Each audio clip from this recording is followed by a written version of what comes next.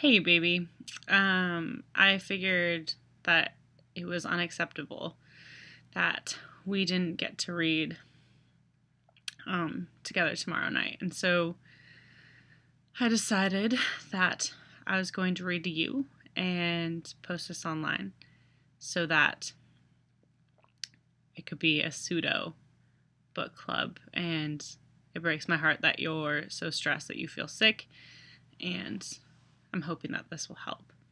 I will warn you though, this will be in one take because it's late and I'm tired and I worked 12 hours today and I may or may not be drinking an adult beverage that shall not be named. It's just lemonade. No big deal. So you'll get the real Kara experience. But I believe we left off on page 48. Okay. He had chills and a fever in the morning. You can't be sick, said Mildred. He closed his eyes over the hotness. Yes. But you were all right last night. No, I wasn't all right. He heard the relatives, quote-unquote, shouting in the parlor. Mildred stood over his bed curiously. He felt her there. He saw her without opening his eyes. Her hair burnt by chemicals to a brittle straw, her eyes with a kind of cataract unseen but suspect far behind the pupils, the red and pouting lips, and the body thin as praying mantis from dieting, and her flesh like white bacon. He could remember her no other way. Will you bring me aspirin and water?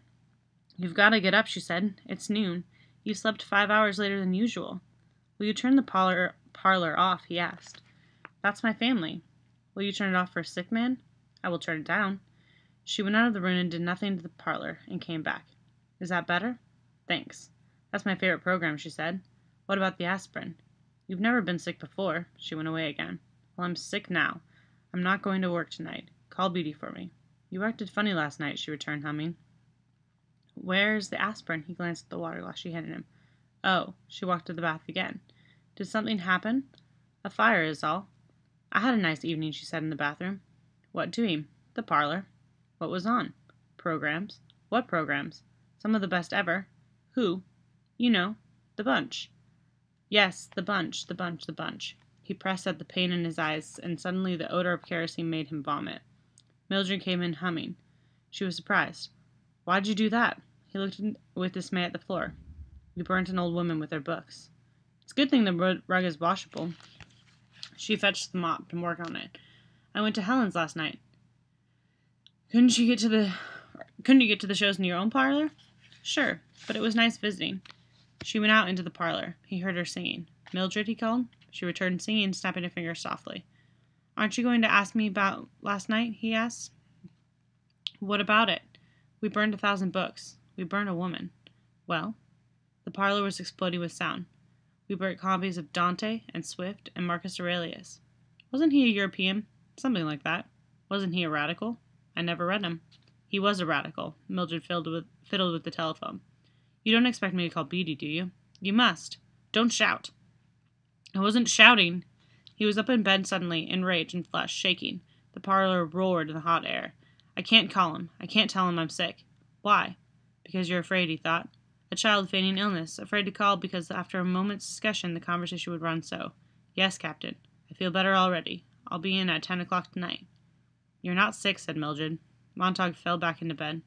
He reached under his pillow. The hidden book was still there. Mildred, how would it be if, well, maybe I quit my job a while?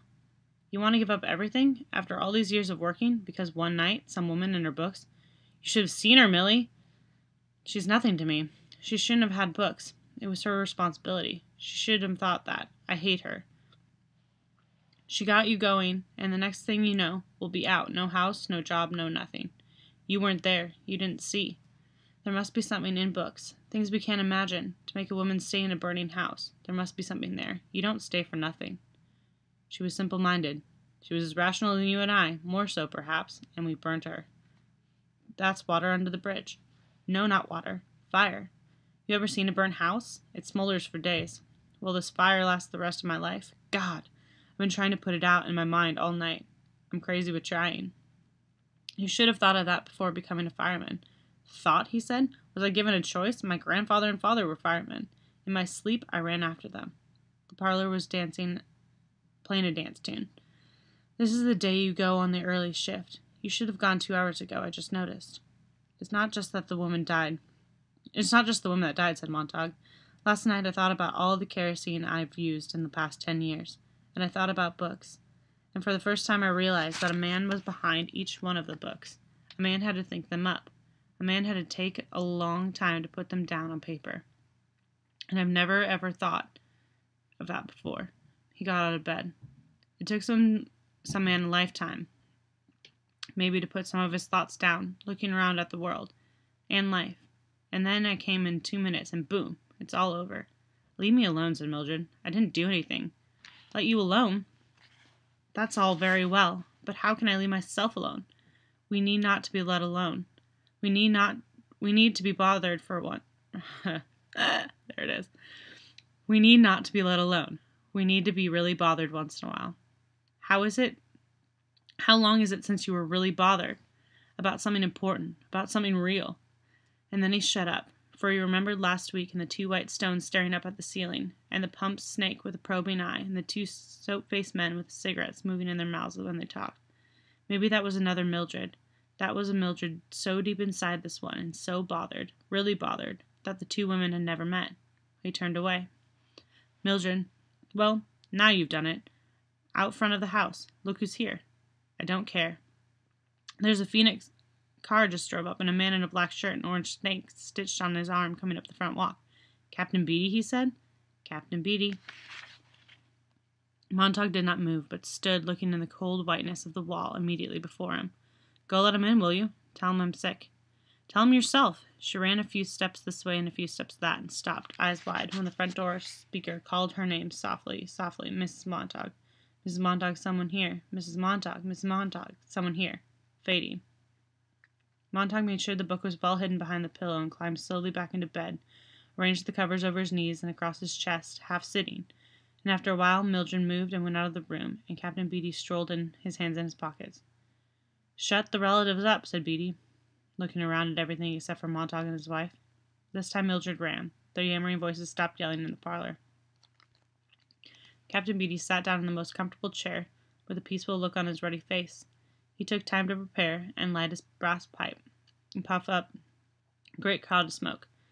Just thought I'd come by and see how sick the man is. How'd you guess? Beatty smiled a smile which showed the candy pinkness of his gums and the tiny candy whiteness of his teeth. I've seen it all. You were going to call for a night off. Montague sat in bed. Well, said Beatty, take the night off. He examined his eternal matchbox, the lid of which said, guaranteed, 1,000,000 lights in this igniter, and began to strike the chemical match abstractedly. Blow out, strike, speak a few words, blow out. He looked at the flame. He blew and looked at the smoke. When will you be well? Tomorrow, the next day maybe. First of the week. Beatty puffed his pipe. Every fireman, sooner or later, hits this. They only need understanding to know how the wheels run. Need to know the history of their profession.